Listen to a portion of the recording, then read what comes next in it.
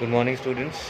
तो आज आप लोगों की अब आपके बुक्स से हटकर एक नई क्लास होगी और इस चैप्टर का नाम है सीरीज़। इस चैप्टर का नाम है सीरीज़। तो ये रीजनिंग का एक लॉजिकल रीजनिंग का एक चैप्टर है।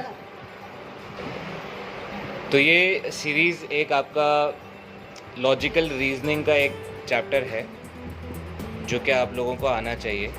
ये जीके में मैं इसलिए इंक्लूड कर रहा हूँ क्योंकि आगे जाके आपको 12th तक ये कोई सच आपको सब्जेक्ट में नहीं मिलेगा, लेकिन 12th के जस्ट बाद इसका बहुत इम्पोर्टेंस होता है।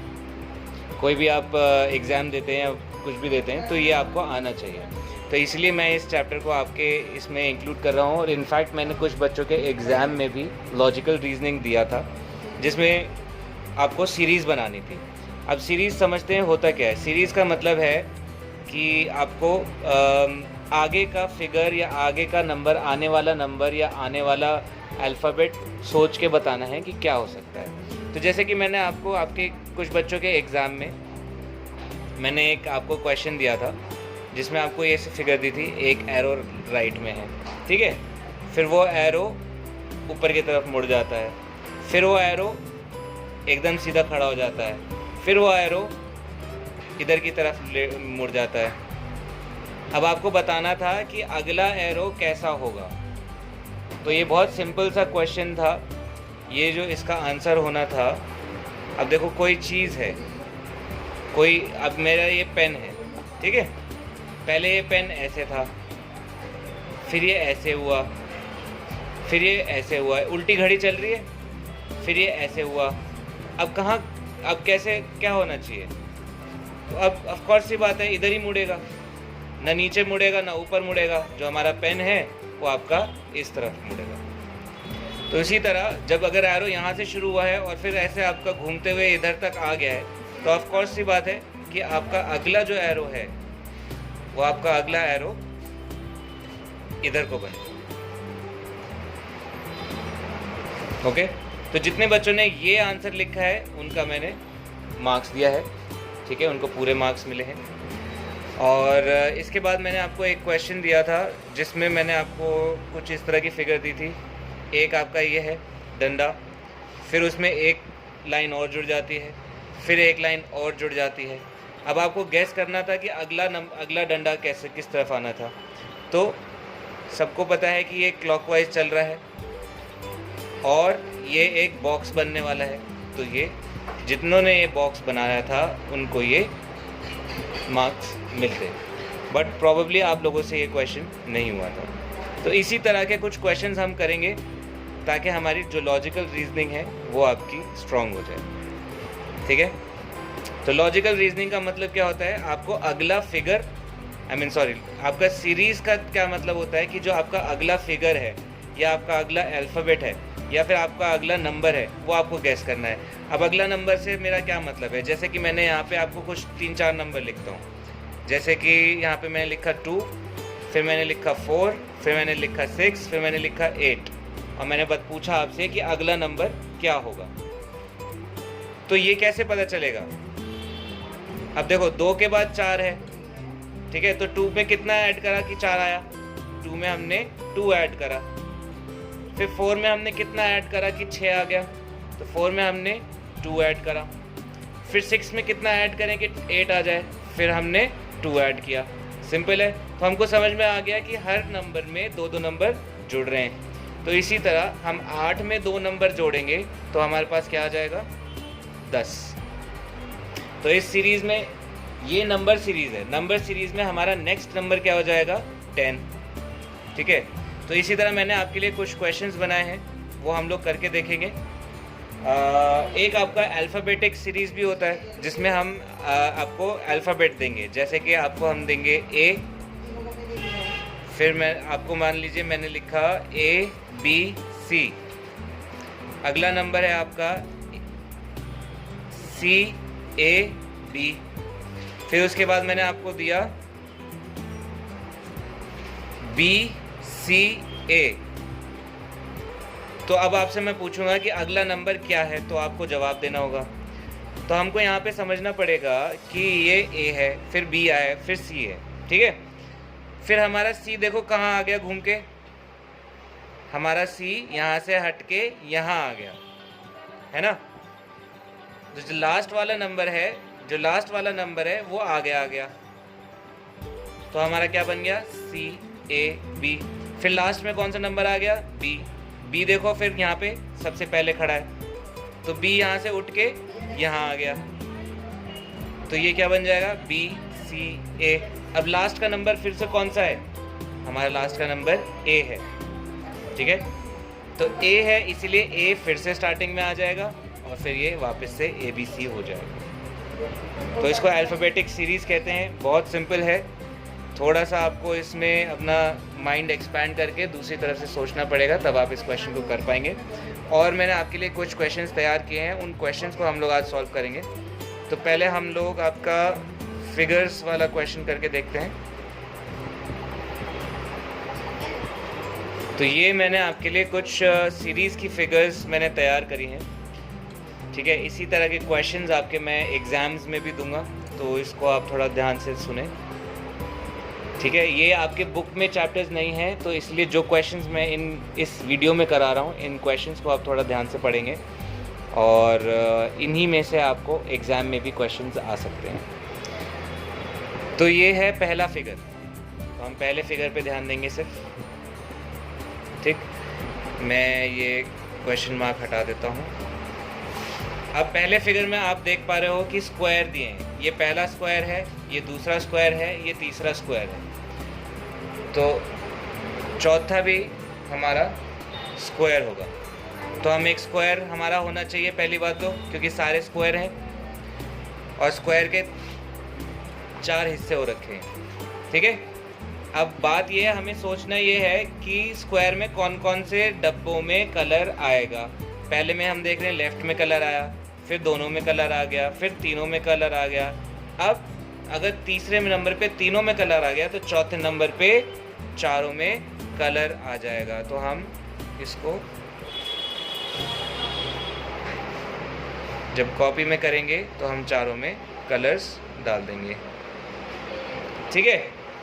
तो ये कुछ इस तरह का हमारा फिगर बनेगा। आप अपनी कॉपी में जब बनाएंगे तो आपको अपनी कॉपी गंदी करने की ज़रूरत नहीं है। जब आप अपनी कॉपी में ड्राइंग करेंगे तो आप कॉपी में बस ऐसे लाइंस लगा सकते हो, जिससे पता चल जाएगा कि ये कलर हो रखे हैं, ठीक है।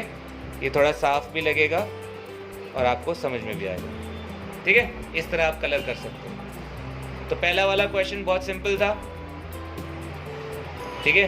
पहला डब्बा, इनके 4 हिस्से थे डब्बे के, तो पहले में पहला डब्बा कलर था, दूसरे में दोनों डब्बे कलर थे, और तीसरे में तीनों डब्बे कलर हैं, और चौथे में जब बनेगा तो चारों डब्बे कलर होंगे, ठीक है। थोड़ा सा आपको बेहतर समझ में आया, मैं इसीलिए एक बार इसको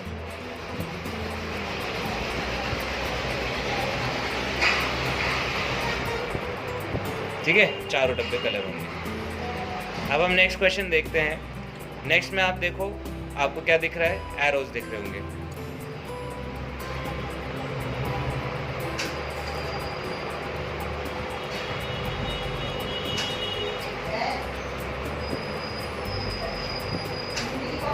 नेक्स्ट में आप देखो, आपको एरोज दिख रहे होंगे। तो यहाँ पे जो सिर्फ नेक्स्ट क्वेश्चन पे ध्यान देंगे यहाँ तक, ठीक है। तो ये पहला जो फिगर है हमारा, आप देखो नीचे हैं 2 एरो, फिर दूसरे फिगर में साइड में राइट को मुड़ रहे हैं 2 एरोज, फिर तीसरी फिगर में एरोज ऊपर जा रहे हैं। तो पहला हमारा एरो कैसे था, नीचे था, ठीक है। फिर हमारा एरो कैसे हो गया, ऐसे मुड़ गया। तो अब हमारा एरो तीसरी बार में कैसे मुड़ा, ऐसे मुड़ा। तो एक सीरीज चल रही है, ठीक है। अब ऐसा तो नहीं है कि हमारी घड़ी अगर ऐसे घूम रही है तो अचानक से उल्टी घूम जाएगी, नहीं। तो सीरीज़ के क्वेश्चन में भी अगर कोई आपको पैटर्न दिख रहा है कि हमारी जो पेंसिल है अगर ऐसे मुड़ रही है, तो वो हम यही मान के चलेंगे कि वो पूरे फिगर में ऐसे ही मुड़ेगी, ठीक है। तो अगर यहाँ पे पहला नीचे है, फिर आपका साइड में मुड़ जाता है, फिर आपका ऊपर चला जाता है, तो अब ऑफकोर्स सी बात है, इधर तो जाएगा नहीं और टेढ़ा भी नहीं होगा, पूरा ही टेढ़ा होगा, क्योंकि यहाँ पे टेढ़ी के ऐसी ऐसी कोई फिगर नहीं दी हुई, हमको कैसी फिगर दी है, सीधी सीधी फिगर दी है। हमको पहले नीचे दिया, फिर इधर दिया राइट में, फिर अप, फिर लेफ्ट होने चाहिए। तो यहाँ पे दो दो एरोज हैं, तो हम दो दो एरोज ही बनाएंगे। यहाँ पे एक एरो लेफ्ट में, एक और एरो आपका और लेफ्ट में आ जाएगा। ठीक है, आप आई होप आप लोगों को समझ में आया होगा।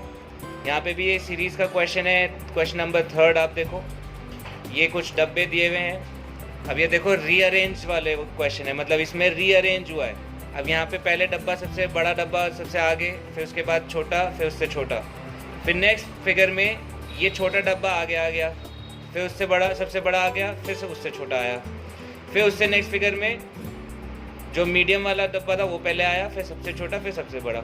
तो अब अगला फिगर आपको गेस करना है कि वो कैसा होगा। ठीक है, तो मैं ये आपको अल्फ़ाबेट में कैसे हुआ था ये समझाया था, उसी तरह आप इसमें भी उसी टेक्निक को अपना सकते हो। बहुत सिंपल है, ये आपको खुद करना होगा। क्वेश्चन नंबर 4 थोड़ा मुश्किल है, लेकिन इतना भी मुश्किल नहीं है, आप चाहो तो इसको कर सकते हो। बाकी मैं थोड़ा सा हिंट आपको दूंगा यहाँ पे। अब जैसे कि यहाँ पे एक डब्बा बनाना है, पहली बात तो डब्बा तो तीनों फिगर में डब्बा है, तो आंसर में भी डब्बा होगा ही होगा। अब तीनों फिगर में क्या कॉमन है, प्लस माइनस मल्टीप्लाई डिवाइड। ठीक है, तो प्लस माइनस मल्टीप्लाई डिवाइड सब में है, लेकिन ये यहाँ पे कुछ और है, यहाँ पे कुछ और है, यहाँ पे कुछ और है, मतलब अलग अलग है। अब आप देखो कि प्लस कहाँ चला गया, माइनस कहाँ चला गया, मल्टीप्लाई कहाँ चला गया और डिवाइड कहाँ चला गया इस फिगर में। फिर यहाँ से कहाँ गया, फिर वहाँ से कहाँ गया। तो ये कौन सी मूवमेंट चल रही है, क्लॉकवाइज चल रही है, यानी कि घड़ी की मूवमेंट में चल रहा है। जितने भी सिंबल्स हैं वो घूम रहे हैं, ये सिंबल्स घूम रहे हैं ऐसे। ठीक है, तो यहाँ पे अब अगले चक्कर में कौन सा सिंबल कहाँ पहुँचेगा ये आपको गेस करना है। ठीक है, बहुत सिंपल है। लास्ट वाला क्वेश्चन में काफ़ी इजी रखा है, आई होप इसको आप आराम से कर लेंगे। ये एक के अंदर एक 3 सर्कल हैं, तो पहले कौन सा कलर है, फिर दूसरा कौन सा कलर है, फिर तीसरा कौन सा कलर है, और चौथे में आपका कौन सा कलर होगा। ठीक है, ये आपको बताना है। तो ये आपके फिगर्स वाले सीरीज़ हैं। 2 क्वेश्चन मैंने आपको करा दिए हैं, बाकी के 3 क्वेश्चन आपको खुद करने हैं कॉपीज़ में। अगर किसी को नहीं समझ में आता है तो आप पूछ सकते हैं। बाकी हम अगले क्वेश्चंस की और हम बढ़ते हैं। अब हम आते हैं नंबर सीरीज़ की तरफ। तो जैसा कि मैंने आपको पहला क्वेश्चन आपको करके भी बताया, ये 2 है, फिर 4 है, फिर 6 है, फिर 8 है, यानी कि सब में क्या क्या जुड़ रहा है, +2, यहाँ पे भी +2, यहाँ पे भी +2 है ना। इसमें 2 जोड़े तो 4 आ गया, इसमें 2 जोड़े तो 6 आ गया, इसमें 2 जोड़े तो 8 आ गया। अब 8 में 2 जोड़ेंगे तो क्या आ जाएगा, तो ऑफकोर्स सी बात है 8 में 2 जोड़ेंगे तो 10 आ जाएगा। ठीक है, ये मैं आपको बता चुका हूँ पहले। अब जो हम क्वेश्चन करेंगे थोड़ा मुश्किल सा क्वेश्चन उठाएंगे। तो बेसिकली आप इतना समझ जाइए कि अगर कोई भी आप क्वेश्चन कर रहे हो तो उन दोनों के बीच में कितना डिफरेंस है वो आपको देखना है। जैसे दूसरा क्वेश्चन मैं आपको करके बताता हूँ। 2 और 3 में कितने, 2 से 3 पे आने में कितने जोड़ने पड़ेंगे, हमें 1 जोड़ना पड़ेगा। ठीक है, फिर 3 से 5 पे आने में कितने जोड़ना पड़ेगा, हमें 2 जोड़ने पड़ेंगे। फिर 5 से 8 में आने में हमें कितने जोड़ने पड़ेंगे, हमें 3 जोड़ने पड़ेंगे, है ना।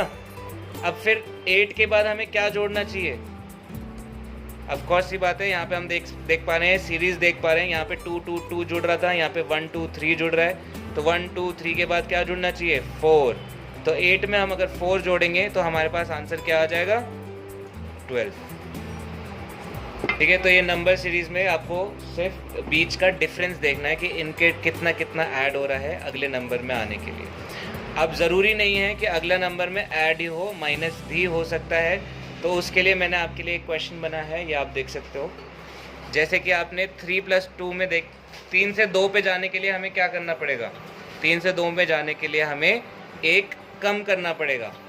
देखो यहाँ पे क्वेश्चन थोड़ा सा अलग है। तो हमें 3 से 2 पे जाने के लिए हमें -1 करना पड़ेगा, और 2 से 4 पे जाने के लिए हमें क्या जोड़ना पड़ेगा, 2 जोड़ने पड़ेंगे, ठीक है। फिर 4 से 3 पे जाने के लिए हमें क्या करना पड़ेगा, 1 कम करना पड़ेगा। फिर 3 से 5 पे जाने के लिए हमें क्या करना पड़ेगा, 2 जोड़ने पड़ेंगे, ठीक है। तो अब यहाँ पे आप पैटर्न देख पा रहे हो, पहले माइनस हुआ 1, फिर 2 प्लस हुए, फिर 1 माइनस हुआ, फिर 2 प्लस हुए, अब क्या होना चाहिए, अब फिर 1 माइनस होना चाहिए। तो हमें 1 माइनस होगा तो यहाँ पे क्या आ जाएगा आंसर, 5 में 1 माइनस होगा तो 4 आंसर आ जाएगा, ठीक है। तो ये बहुत ही इंटरेस्टिंग क्वेश्चन है, और ये 2 आपके लिए मैंने छोड़े हुए हैं, ये आपको करने खुद, ये आप खुद करेंगे, और आई होप आपको समझ में आ गया होगा कि ये कैसे करने हैं। बहुत सिंपल तरीका है इनको करने का। और अब हम लास्ट करेंगे आज का आपका अल्फ़ाबेटिक सीरीज़। बहुत सिंपल है, ये भी मैंने आपको ज़्यादा मुश्किल नहीं दिए, बहुत ही सिंपल वाले मैंने आपको दिए हैं। ये वाला मैं आपको बता चुका हूँ, यहाँ पे देखो BCA लिखा है, तो अब अगले में ABC हो गया, तो A कहाँ आ गया, जो लास्ट वाला नंबर था वो सबसे आगे आ गया। फिर उसके बाद BC लिखा हमने, है ना, जैसे यहाँ पे BC लिखा हुआ है। फिर उसके बाद देखो CA भी लिखा है, यानी कि लास्ट वाला नंबर कहाँ आ गया, सबसे आगे आ गया। तो ये क्या हो गया, C सबसे पहले आ गया और A भी आ गया, जैसे कि यहाँ पे पहले लिखे थे। फिर B के बाद, इसके बाद फिर से B जो आपका स्टार्टिंग में आ गया, और CA हमारा एज इट इज़ हमने लिख लिया, ठीक है। अब इसके बाद आपको अगला नंबर क्या, अगला लेटर्स आपके कैसे बनेंगे वो आपको सीरीज़ बताना पड़ेगा, ठीक है। अब हम अगला देखते हैं DCBA। तो लास्ट हम देखते हैं DCBA, फिर ADCB है, फिर BACD है। इसके बाद वाला क्या आएगा ये आपको खुद गेस करना है, ये आपका होमवर्क है। तो ये मैंने आपको आज का होमवर्क और आपकी क्लासेस बता दी हैं, तो ये आप अपनी कॉपीज़ में करें। किसी को कुछ समझ में नहीं आता है तो व्हाट्सएप पे या फ़ोन करके पूछ लीजिए। अगर व्हाट्सएप पे आपको रिप्लाई नहीं आ पाता है तो आप कॉल करके पूछ सकते हैं, ठीक है। Thank you.